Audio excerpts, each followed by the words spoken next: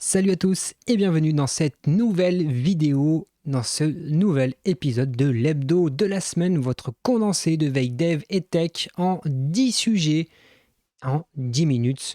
Et bien comme ça, vous avez votre petit tour d'actu rapidement, comme ça vous fait votre petite veille, vous avez juste à vous mettre devant YouTube, regarder cette vidéo, puis vous avez quelques petites informations à vous mettre sur la dent et à creuser le reste de la semaine.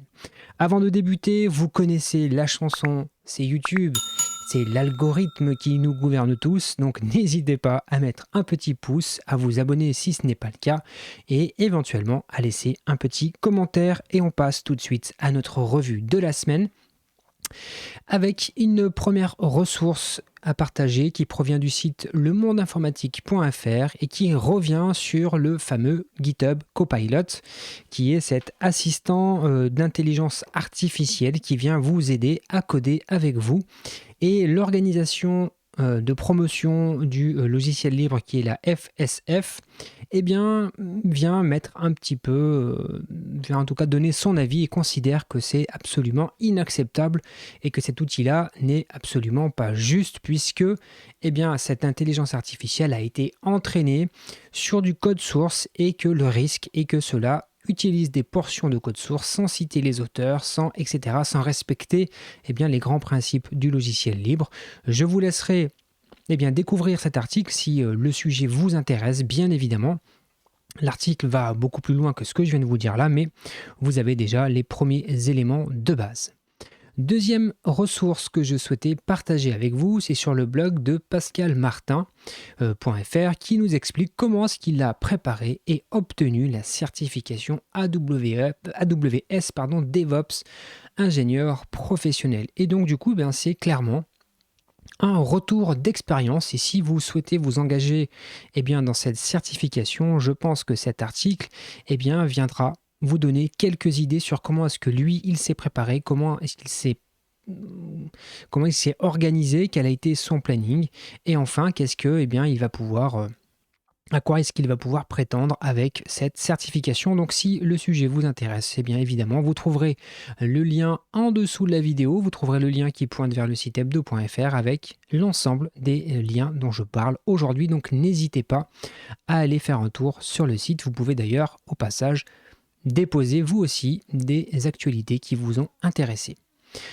Troisième ressource de la semaine, qui est une ressource finalement qui est une discussion sur le dépôt Symfony, une discussion qui fait suite à une PR qui avait été ouverte par Smain, et par rebond, Fabien Potencier a ouvert cette merge request dans laquelle ils viennent discuter, ils viennent clarifier les objectifs de l'abstract controller, et ceux qui font du Symfony savent de quoi il est question. Et je ne veux pas vous spoiler la discussion, mais allez voir la discussion, c'est plutôt intéressant sur finalement qu'est-ce que devrait faire et qu'est-ce que ne devrait pas faire la abstract controller. Donc n'hésitez pas, si vous travaillez avec Symfony, je pense que cette discussion peut vous intéresser. Autre vidéo, cette fois-ci, cette ressource que je vous partage, c'est une vidéo de la chaîne Wakid qui nous parle de cybersécurité. Et là, il y a une vidéo qui peut intéresser ceux d'entre vous qui cherchent comment se former dans la cybersécurité. Il a fait une vidéo complète où il vient vous présenter un organisme de formation, le SNA, dans lequel vous pouvez vous former à la cybersécurité. Donc si le sujet vous intéresse, vous pouvez suivre sa vidéo. Et puis globalement, si le sujet vous intéresse, je vous invite fortement à aller consulter sa chaîne YouTube. Allez, notre ressource encore pour cette semaine, cette fois-ci encore autour de l'univers de Symfony et de PHP, un article qui vient nous expliquer comment on peut s'assurer de la qualité du code PHP avec PHP Stan, qui est un analyseur statique, dans un projet Symfony. Et vous avez un article très fouillé sur ce que vous devez mettre en place, comment vous pouvez le mettre en place, comment vous pouvez setuper finalement PHP Stan pour qu'il soit le plus pertinent possible dans un projet Symfony. Donc vous avez ici un article extrêmement intéressant que je vous invite à aller consulter. Il est sur la plateforme medium.com. Allez, un article suivant, ressource suivante sur le site gary-oubre.medium.com, encore une fois.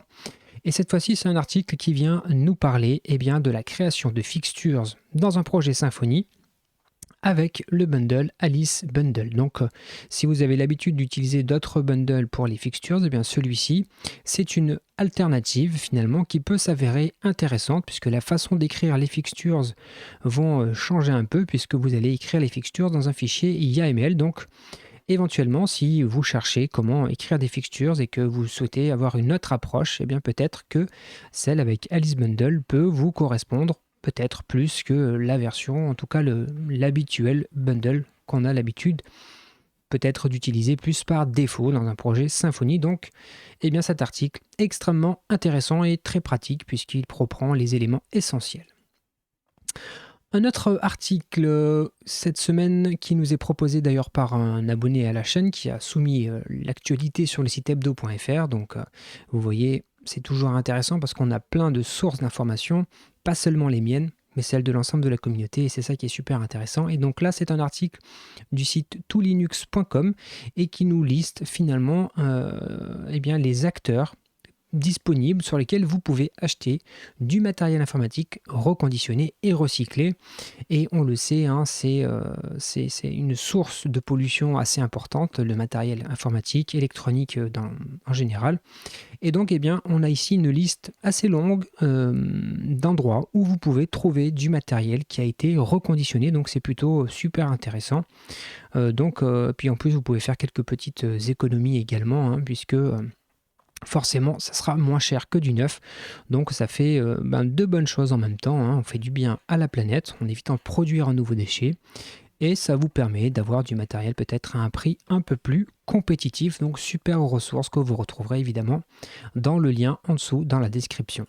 Allez, cette fois-ci, on partage une vidéo de la chaîne que vous connaissez probablement, les frères codeurs. J'ai trouvé cette vidéo, elle était plutôt bien faite, puisque ici, eh bien, il nous explique pourquoi et comment et pour quelles raisons louer un nom de domaine, ça a un certain coût.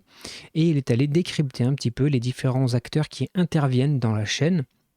Et du coup, on comprend un peu mieux à la fin de la vidéo pourquoi est-ce qu'un nom de domaine, ça vaut 10 € par an, etc., etc. Donc, si le sujet vous intéresse, si vous êtes toujours demandé, eh bien, qu'est-ce qui se passe derrière, où va cet argent, cette vidéo devrait logiquement venir répondre à vos questions.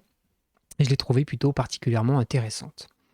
Autre ressource, encore une vidéo cette semaine, il y a pas mal de vidéos sur la chaîne de GraphiCart qu'on ne présente plus, je pense que tout le monde connaît GraphiCart. Et une discussion vraiment passionnante, cette vidéo qui dure 1h24 revient sur la mise en place du nouveau front pour le moteur de recherche Qwant et cette nouvelle version s'appelle Phoenix. Et donc il revient avec les autres développeurs de chez Qwant qui ont travaillé à la mise en place, au développement de cette nouvelle interface et c'est trouvé cette discussion extrêmement intéressante avec autant la partie technique, organisation, etc. etc. Vraiment une discussion passionnante. Je vous invite toutes et tous à aller vraiment regarder cette vidéo. Vous pouvez d'ailleurs juste l'écouter comme ça, comme un podcast, ça s'écoute très bien comme ça. Vraiment super intéressant et un grand chapeau à GraphiCart d'avoir publié cette vidéo. Je trouve ça vraiment génial qu'on ait accès finalement à ce retour d'expérience sur un projet comme ce moteur de recherche Qwant. C'est quand même pas non plus un acteur inconnu. Donc c'était vraiment extrêmement intéressant. Et enfin, dernière ressource publiée sur le site de Corben qu'on ne présente plus non plus. C'est une carte de l'Internet. Finalement, c'était si Internet était... si les grands acteurs de l'Internet étaient des continents, eh bien, à quoi ressemblerait la carte de ces continents ? Eh bien, tout simplement, dans cet article, il nous présente une carte, une représentation graphique de la taille de ces différents continents en fonction du classement Alexa, de la popularité de ces différentes plateformes. On pense à Amazon, on pense à Google, etc. etc. La carte est consultable en HD, donc vous avez une résolution assez importante. On voit évidemment ici un gros continent Google, un gros continent YouTube, et puis en bas on a le Dark Web. Bref, vous pouvez aller explorer un petit peu la carte, c'est franchement plutôt intéressant. Eh bien écoutez, on arrive à la fin de cette vidéo, hein. Vous connaissez le principe, en 10 minutes on fait un tour d'actu. N'oubliez pas que vous pouvez aller soumettre des propositions sur le site hebdo.fr, vous cliquez sur proposer tout simplement et vous remplissez le petit formulaire avec les ressources que vous souhaitez voir abordés dans une vidéo du mardi à 18 h. Avant de vous laisser, une dernière fois, je vous invite à vous abonner à la chaîne, à laisser un petit pouce bleu, un commentaire. Je vous souhaite à toutes et à tous une excellente semaine. Je vous donne rendez-vous samedi pour une nouvelle vidéo. Attention, il y aura quelque chose à gagner, donc soyez au rendez-vous. Allez, bonne semaine et salut!